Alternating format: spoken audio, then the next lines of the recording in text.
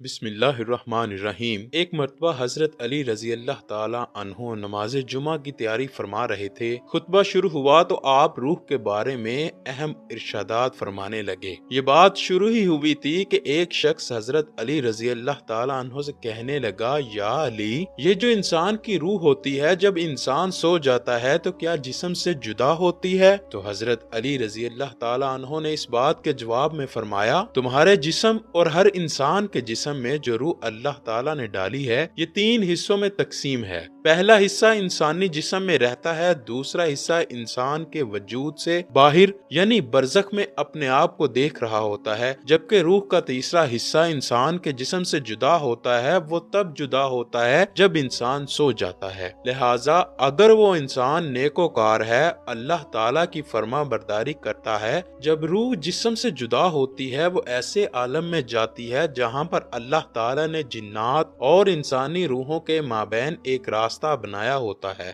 یہ روح جب وہاں پہنچ جاتی ہے تو انسان کو خواب آنے لگتے ہیں۔ وہاں اس روح کو جو آگے دنیا میں پیش ہونے جا رہا ہوتا ہے خواب میں آنا شروع ہو جاتا ہے۔ اگر انسان گنہگار ہے، اللہ تعالیٰ کا نافرمان ہے، وہ لوگوں پر ظلم کرتا ہے، اللہ تعالیٰ کے بتائے ہوئے راستے پر نہیں چلتا، تو اس کی روح جسم میں قید ہو جاتی ہے اور خواب میں کچھ نظر نہیں آتا۔ اگر انسان نیک ہے، اللہ تعالیٰ کا فرما بردار ہے، تو اللہ تعالیٰ اسے ایک علم عطا کرتا ہے جسے علم نائلہ کہتے ہیں۔ اس علم میں ایسی طاقت ہے کہ اگر انسان جب چاہے جہاں مرضی چاہے جا سکتا ہے اور اپنے تصور کسی بھی حالت میں اس کو دیکھ سکتا ہے۔ یہ بھی ممکن ہے جب انسان اللہ تعالیٰ کے قریب رہتا ہے، اس کی اطاعت کرتا ہے، اس کے حکم کو بجا لاتا ہے۔ جب یہ علم نائلہ اپنے بلند ترین مقام کو پا لیتا ہے تو انسان جب چاہے جہاں چاہے جا سکتا ہے۔ لہٰذا اس کو ہر شے کی قید سے آزادی مل جاتی ہے، یعنی اللہ تعالیٰ اس سے اس قدر راضی ہوتا ہے کہ اسے یہ علم عطا کرتا ہے۔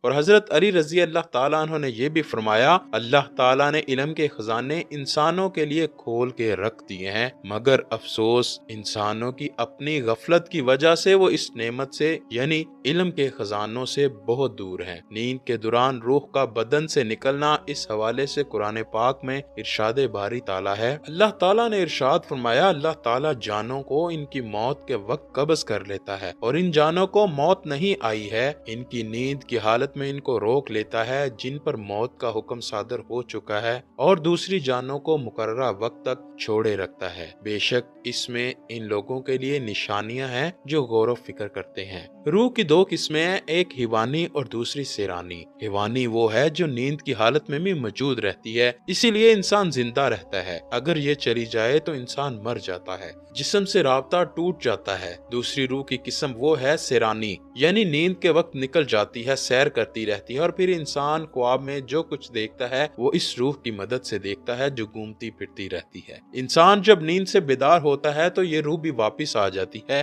اللہ تعالیٰ ہر چیز کو پیدا کرنے والا ہے اور روح بھی مخلوقات کی طرح ایک مخلوق ہے۔ اس حقیقت کا علم اللہ تعالیٰ کی خصوصیت ہے، جس طرح حدیث پاک میں ہے۔ عبداللہ بن مسعود رضی اللہ تعالیٰ عنہ بیان کرتے ہیں کہ میں ایک دن نبی کریم صلی اللہ علیہ وآلہ وسلم کے ساتھ ایک کھیتی میں تھا، اور نبی کریم صلی اللہ علیہ وآلہ وسلم کھجور کی پٹری پر سہارا لیے ہوئے تھے۔ اچانک وہاں سے یہودیوں کا گزر ہوا، ایک دوسرے سے کہنے لگے کہ ان سے روح کے بارے میں سوال کرو۔ تو وہ کہنے لگے کہ تمہاری کیا رائے ہے، ان کے پاس چلیں؟ تو ایک نے کہا، نہیں، کہیں وہ ایسی بات نہ کہہ دیں کہ جسے تم ناپسند کرتے ہو۔ تو وہ کہنے لگے کہ اس سے پوچھو۔ انہوں نے نبی کریم صلی اللہ علیہ وآلہ وسلم سے روح کے بارے میں سوال کیا تو نبی کریم نے خاموشی اختیار کی اور جواب نہ دیا۔ مجھے معلوم ہو گیا کہ آپ صلی اللہ علیہ وآلہ وسلم پر وحی کا نزول ہو رہا ہے، تو میں اپنی جگہ پر ہی کھڑا ہو گیا۔ جب وحی کا نزول ہو چکا تو آپ صلی اللہ